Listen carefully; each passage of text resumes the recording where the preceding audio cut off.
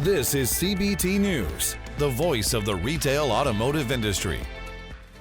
Hi everyone, Jim Fitzpatrick. Thank you so much for joining us. Another edition of CBT News. On today's show, we're pleased to welcome Steve Greenfield, CEO and founder of Automotive Ventures. And this is a guy who has advised founders and owners and CEOs on mergers and acquisitions and capital raises and all of those good things, all of those incredible companies that we see here on CBT News and on Automotive News, and that have gone on to be multi-million, in some cases billion-dollar companies. But he's also the host of our weekly series, Friday 5. So Steve, thank you so much for joining us on the show. Great to be here. Yeah, I'm on this side where you usually are, and now I'm interviewing you. But for some of the viewers that are not as familiar with you as we are here at the show, and obviously your show is doing incredible ratings, so to speak, and viewership, which we monitor, and everybody loves the content that you push out each week.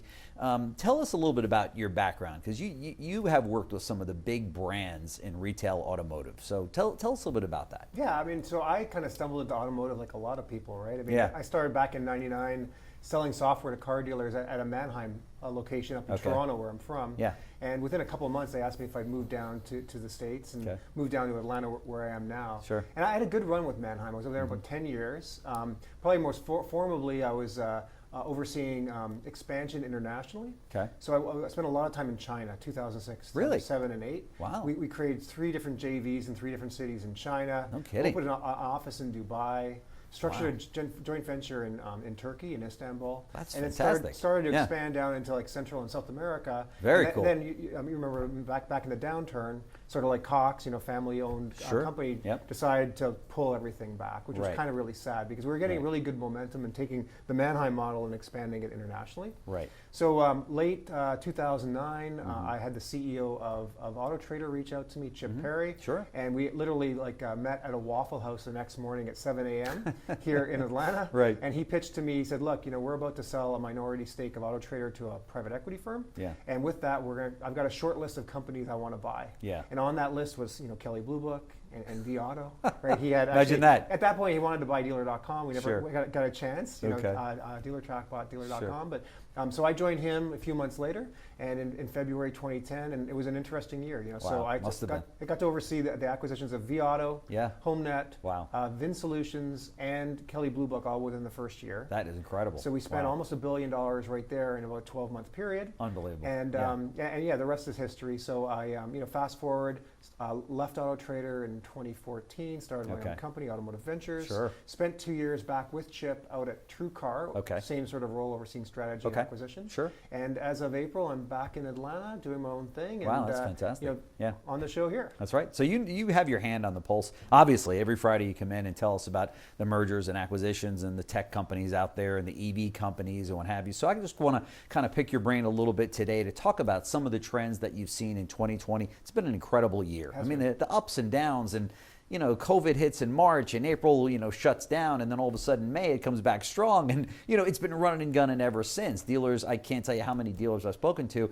Probably you have heard that as well. Would say, "Oh, record month, unbelievable profits. We've never seen this before."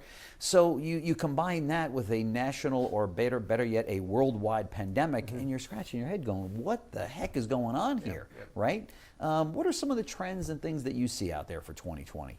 Yeah, so it's been amazing.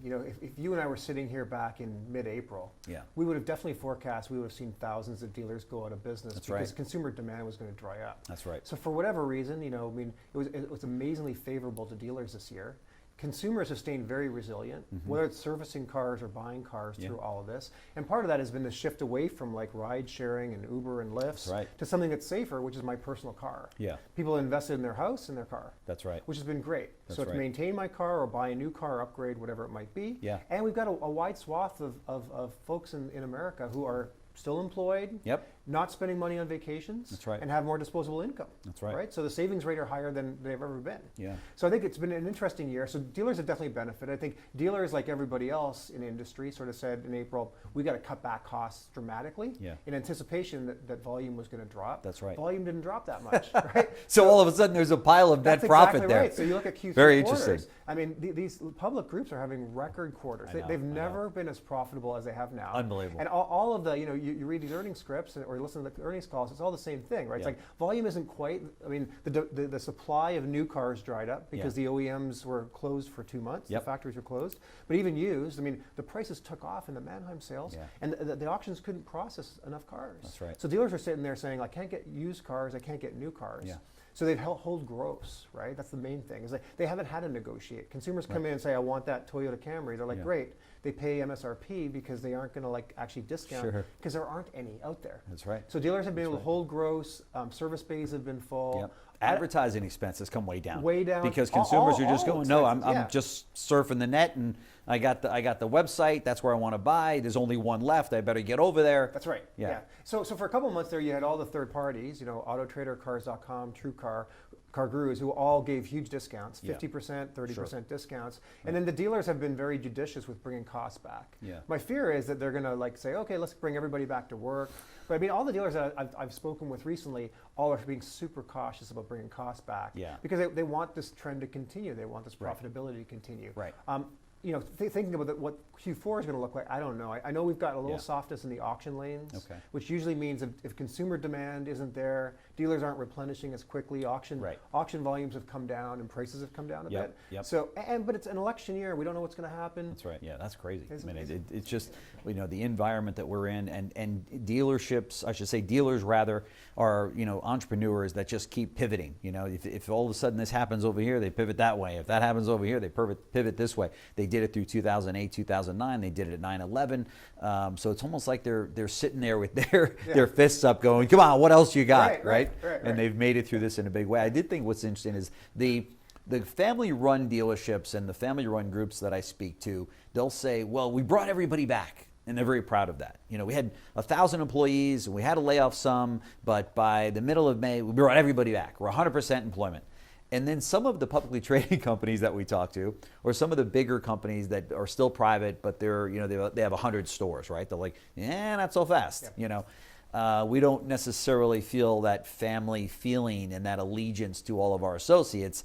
If it makes good fiscal sense, then we'll bring them back. But if we can have somebody do a job that two people were doing previously and it's successfully working with one person, we're going with the one person. Have you seen that as well? I have, and I think we're going to see a renewed interest from dealers looking forward in vendors that can help them keep costs low. Right. Yeah, it's so, a good point. Very good point. In the past, money has been flowing. Vendors come in, pitch dealers. They're willing to try a lot of things if they think it'll add one incremental sale or get somebody into their service bay. I think at this point they're going to be much more judicious with costs. I think that's going to be on the employee side too. Help me buy software that allows me to do more with fewer people. Yeah, that's a good point. We've heard a lot through digital retailing and all these tools that the average salesperson's productivity has doubled. That's right. And they went from selling 8 cars a month to 16 or whatever it is, That's right? right. Yeah. And the dealers are saying they're going like, wow, how do I maintain that going forward? That's right. Because if I can sell twice the cars per person, I mean, it doesn't really matter what you pay that salesperson. Your cost structure is going to get collapsed. Oh, no question. You have healthcare and benefits and everything else. Yes. Yeah, for sure. Exactly. So I think that we'll see vendors probably start talking to dealers and saying, look, my tools help you with productivity. Get more out of your existing sales force. Maybe even like reduce your sales force, but keep the same or higher sales. I think that pitch is going to really resonate with dealers coming out of this. Yeah, I spoke to a dealer that said, I'm not going to. I'm going to whittle down my sales department a great deal. He said by 70%. I'm going to focus on having my desk manager, also act as my finance manager and eliminate one of those positions. It might be my finance manager takes over the desk, or the desk manager that also learns finance. But I'm going to eliminate that position, and then I'm going to go heavy in my BDC. He said, because I feel like that's where all of the deals are actually being made now, because everybody's online. By the time they get to the dealership just to do the paperwork, we can have somebody go out, a professional product specialist, go over the car, be done with it, maybe pay him $15-16 an hour or something. So there are all kinds of different setups being arranged now and being put together, right, in this new normal that we see ourselves in. Yeah, it's amazing. I mean, that's the promise of digital retailing, right? We go from like salespeople to order takers. Right. I don't think it's really happened. I mean, I think in some cases the promise of digital retailing has been a little bit too aggressive so far. Sure. I understand even folks like Carvana, for example, there's a lot of interactions between their employees and consumers before they actually get the car deal consummated. Very few are like sort of like the consumer puts a vehicle in their shopping cart, pays for it, it shows up in their driveway, without a lot of human interaction and nurturing. So we're effectively virtualizing a lot of the back and forth that would have happened in the dealership online. But I think that as more consumers come in better prepared, you can definitely have a less skilled employee, fewer employees and a less skilled employee in the dealership, because the consumer comes in and says, I know what I want, I know what I'm willing to pay, here's what my trade's worth, so what else is there to be really be done? That's right. And I think if dealers can react quickly, they can start to take costs pretty aggressively out of their operations. The value of a Carvana and the value of a Vroom out there has gone through the ceiling. I mean, it's crazy, billions and billions of dollars. Do you think that's going to be the case a year or 2 years from now, when you now have 17,000 automobile dealers that go, oh really? Well, we can deliver a car right to your front door as well. And by the way, we have a thing called certified technicians, a service department, behind our dealership. They don't. We can serve that customer in a much better way than a Carvana can or a Vroom can, because we're an actual franchise dealer. We can sell you a certified pre-owned vehicle. I don't know that they can do that over at Carvana, probably not, right? Unless you're a dealer. Do you think that the value of those companies you'll see come down because you have 18,000 dealers that can make that same consumer promise? Yeah. Well, hard to say if they'll come down. I mean, definitely there's outside money that wasn't in automotive before. That's investing in Carvana and propping up that stock price, right? But any stock it's doubling, literally going 100% growth year over year. And you've got, the founder, Ernie Garcia, is talking about getting to a $3,000 gross per unit, which is a very healthy gross per unit. No question about it. If he can keep doubling, get to the 2 million units that he's promising that he'll eventually get to per year, and have a gross of 3,000, I think it all pencils out and supports that value.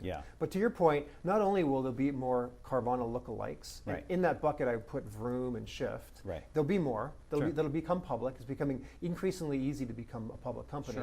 And the dealers are upping their game, right? Dealers are looking at that model and saying, I need to be able to offer a model like that because that's the future. And to your point, I mean, then the dealer groups, like I think of CarMax is ideally situated to really come back now. They've just launched their omni-channel experience nationally. They announced that back in August. I think at this point, they're prepared now to use this combination of bricks and clicks, as you would say, right? Like the physical infrastructure where a consumer who wants to come in can go in and test drive a car, but if they want to go back and then complete the entire transaction online and have the car delivered, they have the option, right? That's this omni-channel concept. I think they should be able to draft in behind now Carvana and start to achieve a higher market capitalization. And then, to your point, like the average dealer is going to start to offer an experience that looks an awful lot like Carvana on their website. So it's going to be hard for the average consumer to differentiate. They're going to go to Carvana, they're going to go to a dealer's website and see substantially the same experience. So there may be challenges to Carvana's dominance right now in the stock market. I think so. Because you've got, as I said, a dealer that can offer that whole group of benefits that a Carvana, can't. However, maybe we'll see Carvana jump into the new car side, like we saw with CarMax when they came out and they said, hey, we're a used car superstore and that's all we are. And then all of a sudden they started to go into the new car business, and now they're very much in the new car business with the used car as well. But so I think there's a lot of lessons that the auto industry learns from these outsiders, these disruptors like a CarMax, Carvana, Vroom, some of the others, even really an Uber. I mean, who's going to want an app and drive around? And everybody wants their own car. Not so fast. They don't necessarily want their own car. What is it? I think it's like you use your car 4% of the time or something. That you're making these huge payments and maintenance and insurance and everything else. I mean, well, it sits in front of your house or your office for 23 hours a day or something. It's crazy. But so 2021, you feeling pretty good about that year in the automotive space overall? Well, my area is more like mergers and acquisitions and who's going to buy what, et cetera. So what does that look like? I mean, well, so you talk to the folks that are representing dealers both in the buy and sell side for physical sites. They're busier than ever. Right. They got a backlog of pipeline. Isn't that crazy? And I think there's a combination of things going on there, right? You've got a lot of outside money, private equity backed folks that are looking to buy because they see that this dealer model throws off a lot of cash flow and is resilient. And at least in the midterm, is pretty stable, right? Longer term, I think dealers are concerned about what things look like in 10 years. But for the next 5 years, it's going to be a very resilient business model, right? So you've got a lot of folks that want to acquire and invest in dealerships. Sure. And then I think you talk to more than I do, but I think you've got a lot of folks who are multi-generation dealers. They are. Who may not have a kid that they can hand this thing off to. That's right. Coupled with the fact that they are looking and saying, look, we've had this dealership for 50 years. Yeah. And the next 10 years is a little bit unclear to me how things are going to play out. But there's enough risk out there. Maybe they want to take money off the table. Right. Either sell a proportion or get out entirely. Sure. And then you've got the public groups.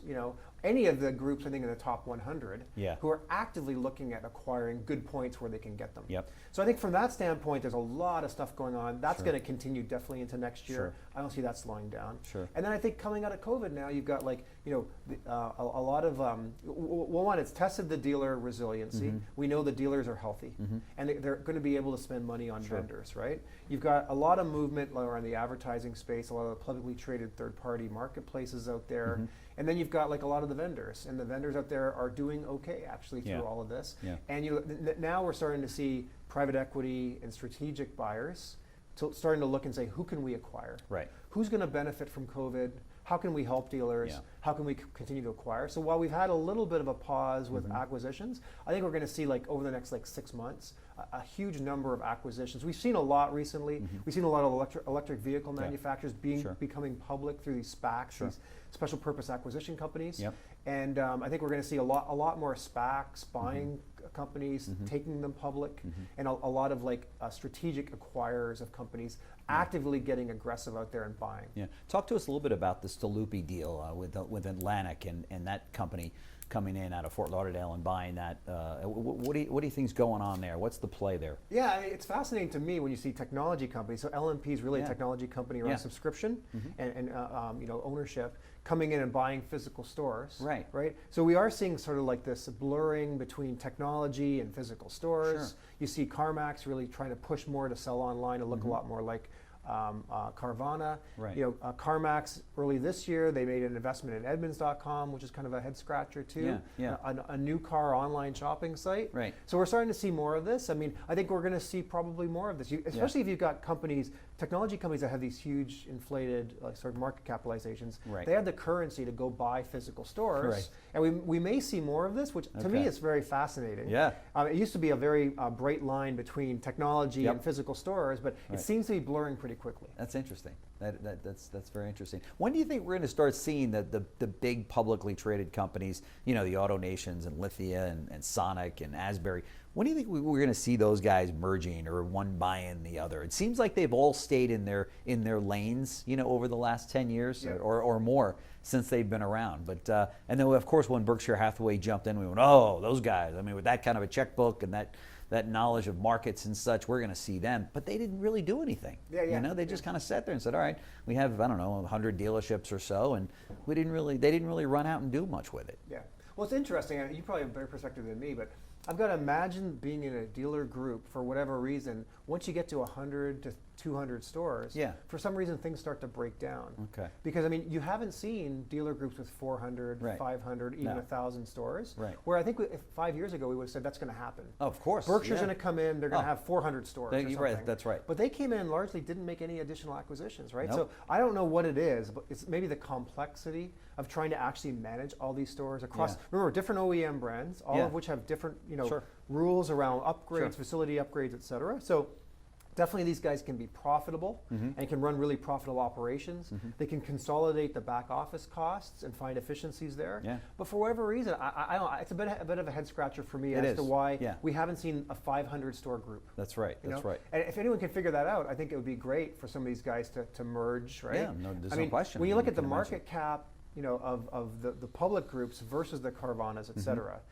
Lithia is out there with Driveway, they just announced that. Right. Trying to virtualize the experience for consumers for all of the cars they have in inventory across all their stores. AutoNation's tried a couple of times also to do the same thing. I think if a group can start to get rewarded more like a technology company, get that kind of currency, you could see probably more aggressive buying up of physical stores. Yeah. But so far, for whatever reason, we haven't seen it. I know, it's crazy. And you've got all this money and investment money that you would think that you would have an auto trader that would buy that would buy a Sonic or an Asbury or something like that, and even if they left everything the same and said, okay guys, it'll be a different division, but you run it and we'll own it, and at one point in time we'll bring all these companies together under the same brand. And obviously Mike Jackson's done that very successfully with the AutoNation brand among all of the stores and such. But so we're all waiting for that blockbuster, out there, which is what, I was with AutoNation, as you know, back in 1997 through 2000 or 2001, and that was Steve Berard's vision, along with Wayne Huizinga, to say, we've got to put all these companies together so you have one,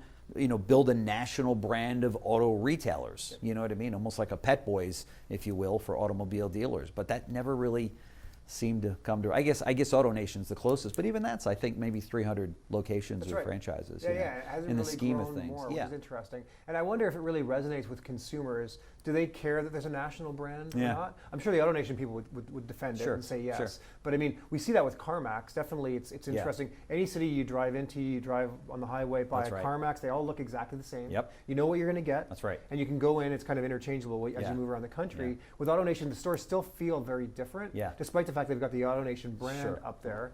And a lot of that is the dictate of the OEMs around what the facilities have to look like for that OEM brand. Right. But I haven't seen anything more harmonized around the AutoNation brand. Yeah. Although they do a lot of national advertising and a lot of professional sports and things as well. Right. So. And then what they've done for cancer is incredible. Yes. One last thing, I could sit here and talk to you about these things all day long because you're just a well of great knowledge about the industry. But all of these used car companies that are popping up under AutoNation, actually AutoNation USA, from AutoNation brand, and then of course Echo Park from Sonic Automotive, these guys are doing just great business. And now AutoNation said, I think they said that they want to have 100 stores here in the next 5 years or something. And Jeff Dyke over at Sonic Automotive Group is certainly got very aggressive plans for expansion on that brand. Why is it that these new car franchise dealers are getting into the used car market in such a big way?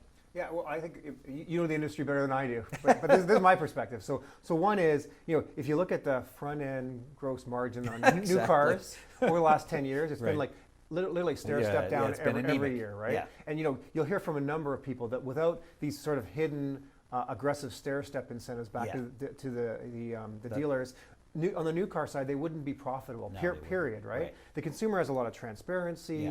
Margins have been driven out of the front end of the deal. Right. And it's like, so at this point, I mean, it's an F&I service play, on new cars. Entirely, right? So, I mean, so the dealers have, and I think Dale Pollack has really helped dealers with this, 10 years ago, say, let's get your used car operations really humming. That's right. Get a lot of volume coming through. Because there is a halo effect around the different profit centers in the dealership. And, CarMax has been the best example of that, right? I'm sure that a lot of the publicly traded groups has looked at CarMax and said, wow, they're used only primarily. And I mean, look how profitable they are compared to us. That's right. So I think that they saw that. And then I think there's probably also pressure because there are the Carvanas out there now, right? Carvana who's used only. And these guys are saying, look, if we can get a national brand and have a bunch of stores, it can help us defend against threats of Carvana or anybody else who's getting into our business and offering a technology play against us. And I think that you will see then more of them as they get expansion. Then Echo Park could be and will be a great brand online. That's right. I think AutoNation will be a great brand online. Yeah. And if they can get that consumer awareness, they have the scale to spend a lot of money on marketing. Right. Get people to come to the website first, and then they can go locally into the store, see the inventory, and they'll be able to move the inventory around and make sure that they're sort of like matching supply and demand. Sure. I think it could be very complementary. So I understand like sort of the thesis around doing this, but everyone seems to be investing in used at the same time. I know. How many of these like national branded used car superstores do we need? That's right. I mean, the consumer I don't think is going to need 7 different brands to choose from on the used car side. I know, it's very interesting. However, as one person told me that heads up one of these companies, he said, think about it, you have over 40 million used cars that are sold every year, and you have, so we're trying to get 17 million out on the new car side. You tell me, where would you rather be? The new car side has no gross profit in it, as we know, and the used car side has great gross profits.